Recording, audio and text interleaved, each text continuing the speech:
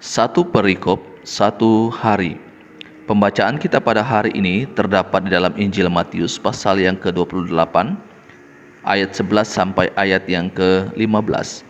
Dusta Mahkamah Agama. Ketika mereka di tengah jalan, datanglah beberapa orang dari penjaga itu ke kota dan memberitahukan segala yang terjadi itu kepada imam-imam kepala.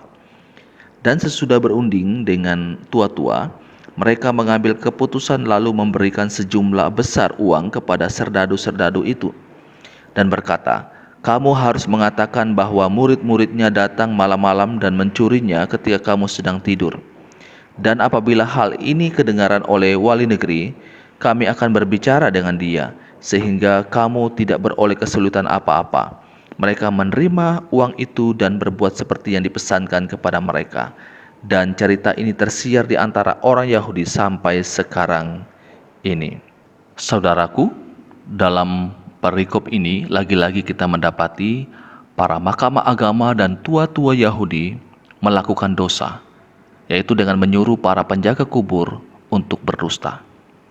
Mereka memberikan sejumlah uang kepada para penjaga itu agar para penjaga ini tidak menyampaikan informasi yang benar. Mereka memberikan sejumlah uang. Uang itu sifatnya netral. Kalau uang itu di tangan orang yang baik, maka uang itu akan digunakan dengan hal yang baik.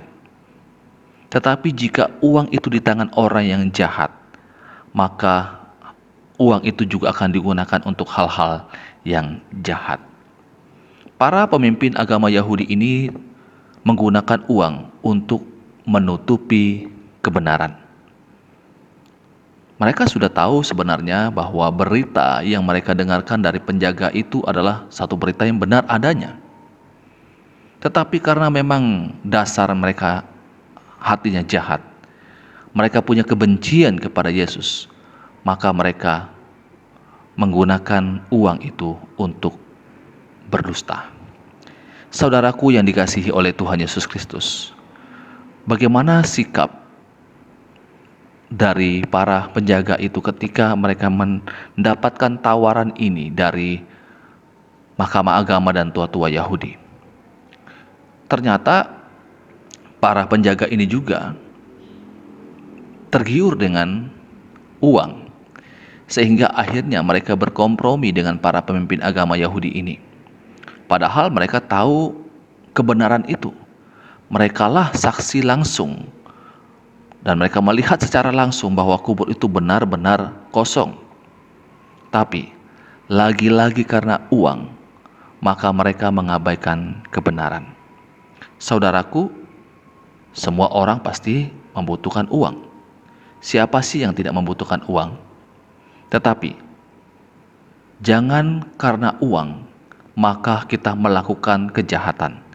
Jangan karena uang kita berkompromi dengan kejahatan.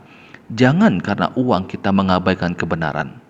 Kebenaran itu harus kita kedepankan. Apapun yang terjadi, apapun resikonya, kebenaran itu harus hal yang kita utamakan. Saudaraku yang dikasihi oleh Tuhan Yesus Kristus, dan bahkan kita siap untuk mengedepankan kebenaran meskipun akan mengalami kerugian. Karena inilah yang Tuhan inginkan bagi saya dan saudara, untuk menyatakan kebenaran itu. Saudaraku yang dikasihi oleh Tuhan Yesus Kristus, biarlah saya dan saudara menjadi orang yang benar-benar hidup dalam kebenaran dan juga mempertahankan kebenaran itu apapun resikonya. Karena Tuhan menginginkan setiap para pengikut-pengikutnya hidup dalam kebenaran. Ini renungan firman Tuhan untuk kita. Tuhan Yesus memberkati kita selalu. Amin.